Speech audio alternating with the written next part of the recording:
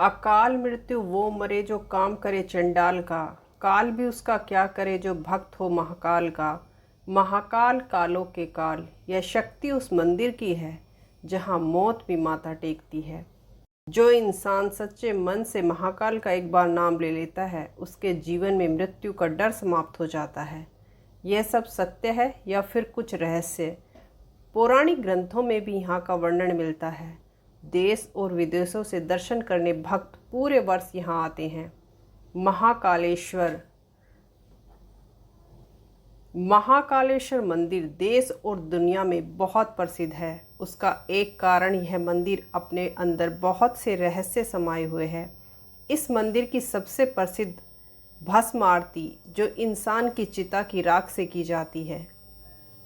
क्या सच में अब भी भस्म आरती चिता की राख से ही की जाती है?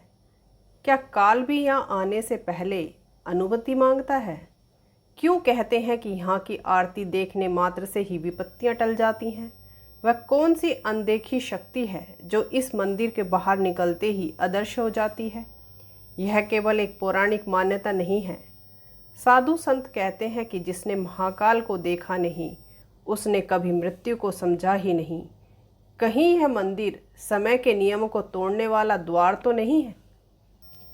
इस मंदिर के कोतवाल कहे जाने वाले काल भैरव को शराब चढ़ाई जाती है। यह आश्चर्य की ही बात है कि हजारों लीटर शराब कहाँ जाती है। यह काल भैरव खुद ही इसका भोग लेते हैं या इसके पीछे कोई और रहस्य काम कर रहा है? अंग्रेजों ने इस मंदिर की खुदाई कराई, लेकिन उन्होंने इस मंदिर में क्या देखा कि फिर उन्होंने इस मंदिर में कभी प्रवेश नहीं किया। इतिहास में न जाने कितनी ही ऐसी कहानियाँ जिनके अनुसार कोई भी मंत्री या प्रधानमंत्री यहाँ रात नहीं ठहरता। और मध्य प्रदेश के मुख्यमंत्री मोहन यादव ने इस परंपरा को किस तरह से तोड़ा? उन्हें कुछ क्यों नहीं हुआ? आखिर इस मंदिर के सामने से क्यों कोई बारात नहीं गुजरती? महाकालेश्वर के विषय में जानने से पहले यह मंदिर किस तरह से बना, इसके बारे में जानेंगे। दोस्तों, अगर आप भारतीय संस्कृति और हमारी पौराणिक धरोहर से रूबरू होना चाहते हैं तो मेरा चैनल कथा का सार अवश्य सब्सक्राइब करें और बेल आइकन दबाना ना भूलें। तो चलिए शुरू करते हैं आज की कहानी। दोस्तों, शिव पुराण के अनुसार बहुत समय पहले उज्जैन नगरी में, जिसे अवंतिकापुरी के नाम से जाना जाता था, यहाँ पर चंद्रसेन नाम का एक प्रतापी राजा राज करता था। वह बहुत बड़ा शिव भक्त था। सुबह शाम महल में भगवान शिव के जयकारों से गूंजता था। राजा की मित्रता शिवगण मणिभद्र से थी। मणिभद्र कैलाशवासी थे। एक बार अवंतिकापुरी आए तो उन्होंने राजा को चिंतामणि भेंट की। यह कोई साधारण रत्न नहीं था। इसे धारण करने वाले व्यक्ति के पास अपार धन संपदा, ऐश्वर्य सब प्राप्त हो जाता था। मणि मिलने के बाद चंद्रसेन की ख्याति चारों दिशाओं में फैल गई। वह न केवल शक्तिशाली राजा बन गए, बल्कि उनके नाम से शत्रु भी कांपने लगे। लेकिन जहाँ वैभव होता है, वहाँ ईर्ष्या भी होती है। जब यह बात आसपास के राजाओं को पता चला कि राजा के पास एक चमत्कारी मणि है, तो उस मणि को पाने के लिए कुछ राजाओं ने अवंतिका पर चढ़ाई कर दी। युद्ध के नगाड़ों से धरती गूंज उठी। उनकी सेना के सामने चंद्रसेन की सेना काफ़ी कमज़ोर थी। चंद्रसेन की सेना के सामने शत्रुओं की विशाल सेना थी, लेकिन चंद्रसेन तनिक भी विचलित नहीं हुए, क्योंकि चंद्रसेन जानते थे कि उसकी शक्ति किसी मणि में नहीं, बल्कि महाकाल की भक्ति में है। उसने शस्त्र नहीं उठाए और महाकाल वन की तरफ बढ़ गए, जहाँ जाकर वो भगवान शिव के ध्यान में लीन हो गए। उन्होंने ओम नमः शिवाय का जाप करना शुरू किया। धीरे धीरे उनकी आत्मा शिव में विलीन हो गई। उसी समय अवंतिका में एक और संकट सिर उठा रहा था, एक भयानक राक्षस दूषण, जो देव भक्ति का विरोधी था। अवंतिका में बढ़ती शिव भक्ति, पूजा पाठ देखकर वह क्रोधित हो उठा। वह शिव भक्तों का अंत करना चाहता था, मंदिरों को तोड़ना चाहता था, शव को भगवान घोषित करना चाहता था। उसने अवंतिका की जनता पर अत्याचार करना प्रारंभ कर दिया, जिससे अवंतिका की जनता में हाहाकार मच गया और वह अपनी जान बचाने के लिए इधर उधर भागने लगे। उज्जैन दो तरफ से घिर चुका था। एक तरफ लोभी राजा और दूसरी तरफ असुरी शक्तियाँ। इन्हीं सब में एक विधवा अपने 5 वर्ष के पुत्र के साथ आश्रय के लिए भटकती हुई उसी महाकाल वन में पहुंच गई। उसने देखा कि वह राजा जिसने अपना जीवन एक वैभव और ऐश्वर्य से जिया है, वह साधक के रूप में तपस्या में लीन है। उसके बच्चे ने उत्सुकता से उस राजा को देखा। राजा को शिव की भक्ति करते देख वह मंत्रमुग्ध हो गया। वह भी थोड़ी दूर बैठ गया और एक छोटा सा शिवलिंग बनाकर उसकी पूजा करने लगा। फूल, जल, बेलपत्र जो भी उसे मिला वह शिवलिंग पर चढ़ाता गया। धीरे धीरे वह शिव भक्ति में इतना खो गया कि उसे माँ की आवाज़ भी सुनाई नहीं दे रही थी। माँ बार बार बुलाती रही, लेकिन बालक का मन शिव में रम चुका था। माँ का धैर्य जवाब दे गया। वह वहाँ गई, उसने पूजा की सामग्री फेंक दी और बच्चे को पकड़ा। तभी वहाँ एक दिव्य तेज प्रकाश उत्पन्न हुआ। आकाश में घंटियों की ध्वनि गूंज उठी। तेज रोशनी के बीच एक भव्य मंदिर का निर्माण होता दिखाई दिया। जब शब्द शांत हुआ तो उस जगह एक दिव्य शिवलिंग प्रकट हो चुका था, जिस पर वही फूल और बेलपत्र चढ़े थे जो उस बालक ने चढ़ाए थे। शिव स्वयं प्रकट हो चुके थे। उनकी कृपा उस मासूम बच्चे पर बरस रही थी। माँ यह सब देखकर हैरान रह गई। उसने पहली बार जाना कि सच्ची भक्ति न उम्र देखती है न साधन, वह तो केवल भाव देखती है। यह समाचार चंद्रसेन को मिला। वह उस स्थान पर पहुंचे। उन्होंने देखा कि शिव स्वयं एक दिव्यलिंग के रूप में प्रकट हुए हैं, तो उनकी आंखों से आंसू बह निकले। उनका विश्वास, उनकी तपस्या, उनकी भक्ति अब मूर्त रूप में उनके सामने थी। यह राक्षस दूषण के अंत का समय भी था। जैसे ही शिव प्रकट हुए, उन्होंने रौद्र रूप धारण कर लिया और महाकाल बन गए। उनकी जटाएं आकाश तक फैल गईं। त्रिनेत्र से अग्नि निकली। हाथों में त्रिशूल लिए वह दूषण की ओर बढ़े। पल भर में ही दूषण उसकी असुरी सेना का उन्होंने अंत कर दिया। उस क्षण जो चमत्कार हुआ, उसने युद्ध की आग को भी शांति में बदल दिया। जो राजा मणि के लोभ में उज्जैन को रोंदने चले थे, वे महाकाल के आगे झुक गए। उनके हाथों से शस्त्र गिर गए और सिर शिव के चरणों में झुक गया था। तभी से उज्जैन में महाकालेश्वर ज्योतिर्लिंग की स्थापना हुई।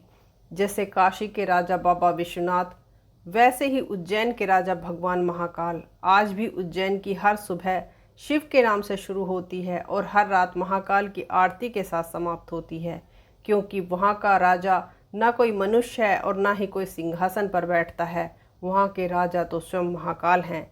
पौराणिक ग्रंथों के अनुसार हमने जाना कि महाकालेश्वर मंदिर का निर्माण कैसे हुआ, लेकिन इस मंदिर ने भी बहुत सारे उतार चढ़ाव देखे हैं। मुगल काल में बहुत बार इस मंदिर को नुकसान पहुंचाने का प्रयास किया गया। उस समय महाकालेश्वर मंदिर लोगों के लिए आस्था का केंद्र था। जब इल्तुतमिश को इस विषय में सूचना मिली तो उसने तुरंत अपने सिपाहियों को मंदिर को ध्वस्त करने का आदेश दिया। जब पुजारियों को इस बारे में पता चला तो उन्होंने स्वयंभू ज्योतिर्लिंग को आक्रमणकारियों से बचाने के लिए पास में ही बने एक कुएं में रख दिया। मंदिर के टूटने के बाद भी महाकाल मंदिर में पूजा आराधना की जाती रही।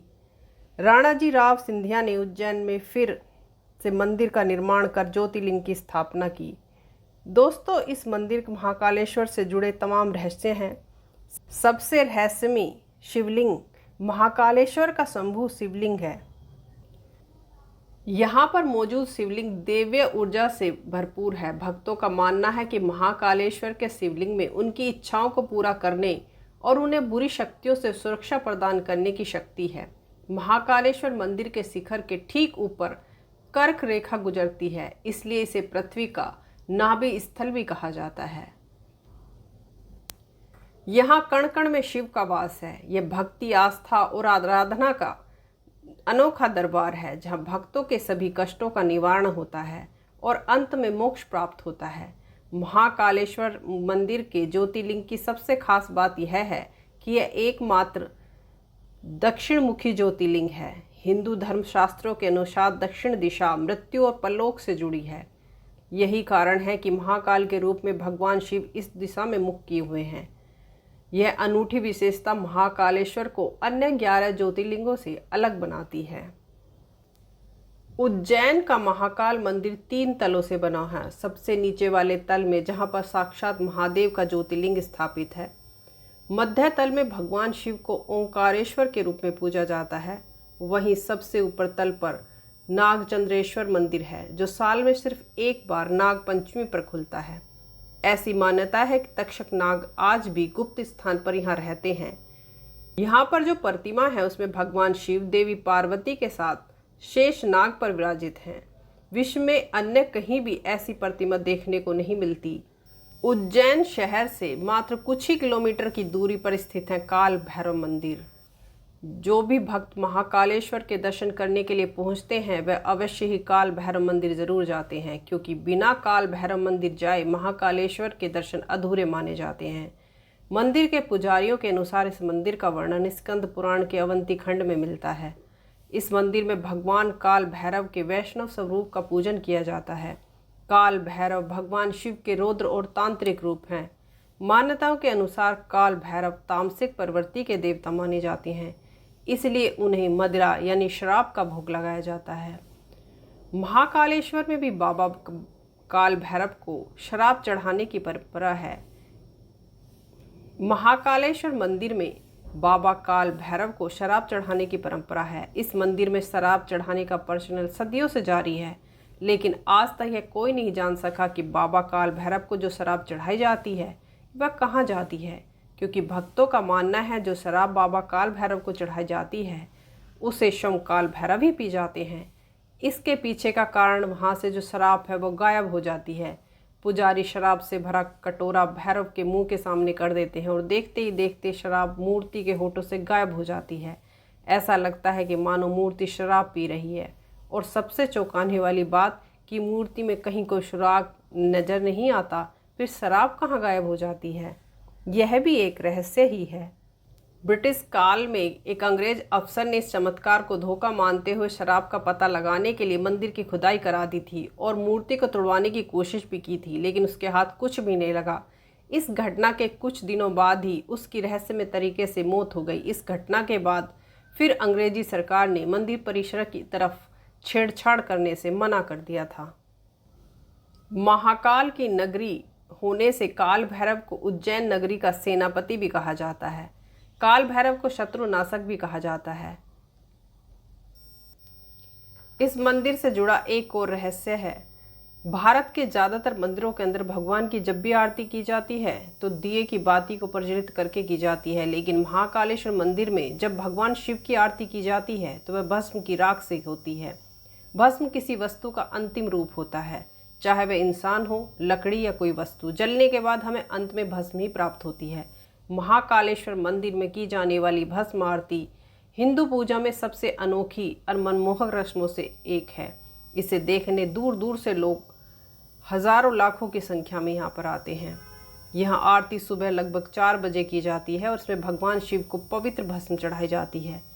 इस अनुष्ठान को आकर्षण बनाने वाली बात यह है कि भस्म कपिला गाय के गोबर, शमी, पीपल, बड़ और अमलतास से बनाई जाती है, लेकिन पुराने समय में इसे शमशान घाट पर पहली चिता की राख से बनाया जाता है।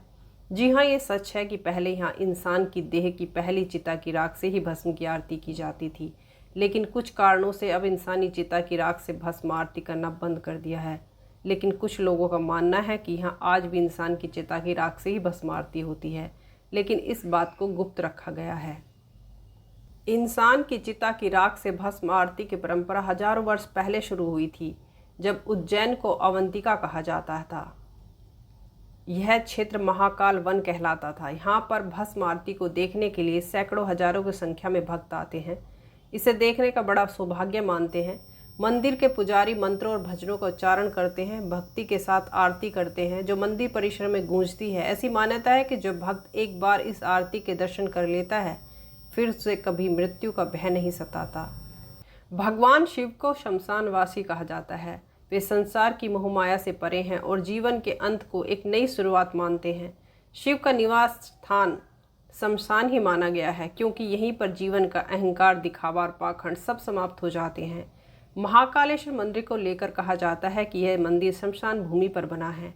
महाकालेश्वर मंदिर का एरिया महाशमशान के नाम से जाना जाता है। प्राचीन समय में इस जगह पर मृत्यु का अंतिम संस्कार किया जाता था। यही वजह है कि आज महाकालेश्वर मंदिर को तांत्रिकों का गढ़ भी कहा जाता है। महाकालेश्वर मंदिर में कोई नेता, मंत्री यहाँ पर रात क्यों नहीं रुकते? महाकालेश्वर मंदिर भारत ही नहीं बल्कि पूरी दुनिया भर में फेमस है, कि जिसके चलते भारत सहित विदेशों से भी दर्शन करने के लिए लोग यहाँ आते हैं।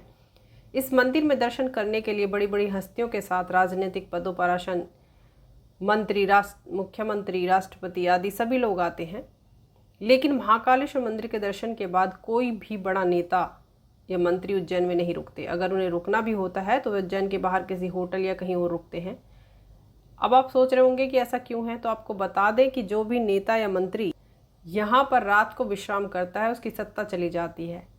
ऐसा कई बार हो चुका है। ऐसे में उज्जैन में कोई भी मंत्री, मुख्यमंत्री, प्रधानमंत्री, राष्ट्रपति रुकने से डरते हैं। लंबे समय से मान्यता चली आ रही है, जो भी मुख्यमंत्री, प्रधानमंत्री, यहाँ भी राष्ट्रपति या महाकाल बाबा के दर्शन करने के बाद रात गुजारता है, उसकी सत्ता वापसी नहीं हो पाती। ऐसा कहा जाता है। बाबा महाकाल खुद राजाधिराज हैं, ऐसे में उनके दरबार में 2 राजा नहीं रुक सकते। अगर कोई गलती से रुक भी जाता है तो उसके लिए मुश्किलें काफ़ी ज़्यादा बढ़ जाती हैं। कहा जाता है कि महाकाल बाबा के दर्शन के बाद किसी नेता को नहीं रुकना चाहिए, क्योंकि उससे उसकी कुर्सी छीनने का खतरा रहता है। लेकिन मुख्यमंत्री मोहन यादव ने इस मान्यता को चुनौती देते हुए उज्जैन में रात बिताई और इसे एक नई सोच के रूप में प्रस्तुत किया। उज्जैन में विराजित महाकाल अपने भक्तों को अलग अलग रूपों में दर्शन देते हैं। हर वर्ष पर्व के अनुसार ही उनका श्रृंगार किया जाता है। भगवान शिव के अलग अलग सब रूपों को दर्शन करने के लिए हर साल लाखों की संख्या में लोग उज्जैन पहुंचते हैं। जैसे शिवरात्रि में वे दूल्हा बनते हैं, तो श्रावण मास में राजाधिराज बन जाते हैं। दिवाली पे जहाँ महाकाल का आंगन दीपों से सज जाता है, तो होली में गुलाल से रंग भर जाता है।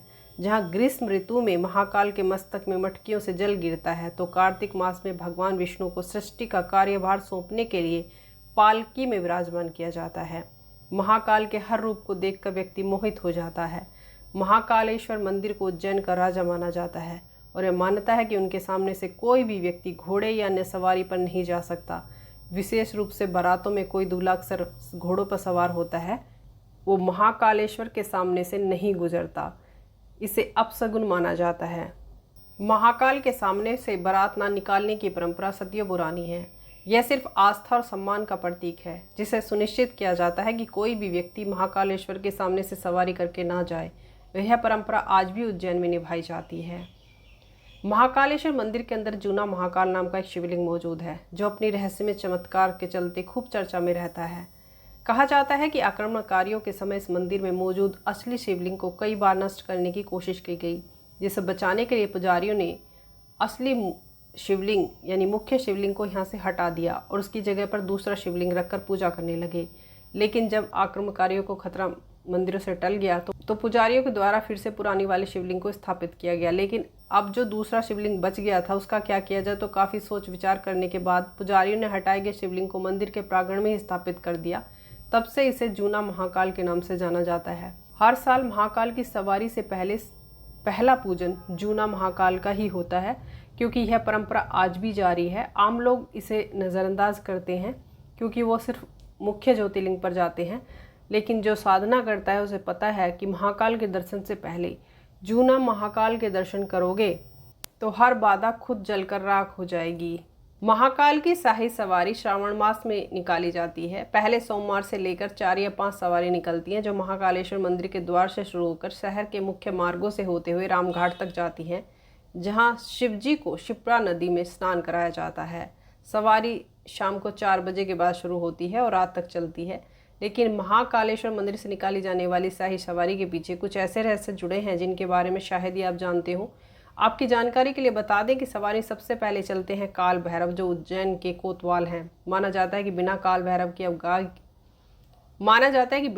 भैरव की अगुवाई के महाकाल कहीं नहीं जाते। वे पहले रास्ते को सुरक्षित करते हैं, फिर महाकाल निकलते हैं।